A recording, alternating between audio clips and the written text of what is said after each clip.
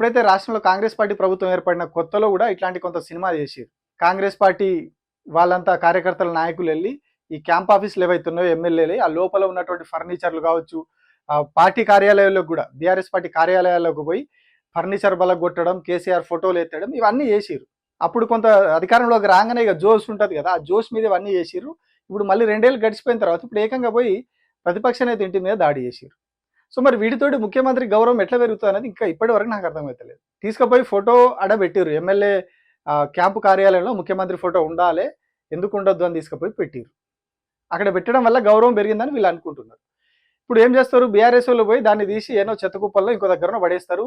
ఇంకా వాళ్ళు ఏమేం చేస్తారో తెలియదు. దాన్ని అక్కడ నుంచి తీసేసి అక్కడ ఆఫీస్ని అంతా ఏమంటారు శుద్ధి చేయడాలు ఇట్లాంటి కార్యక్రమాలన్నీ చేస్తారు. అంటే ఏదో అపచారం జరిగింది అన్నట్టుగా వాళ్ళ కార్యక్రమాలన్నీ అక్కడ చేస్తారు. చేసినప్పుడు మరి ఎవరికి అవమానం అయినట్టు? వీళ్ళు నిజంగానే ముఖ్యమంత్రి గౌరవం పెంచినట్ట తగ్గించినట్ట? అంటే ఏదో అత్యుత్సాహం హడావిడి మీడియాలో హైప్ రావాలి, కొత్త కొత్త ఏమో అధ్యక్షురాలైనట్టుంది ఆమె, ఇంకా కొందరు నాయకులు.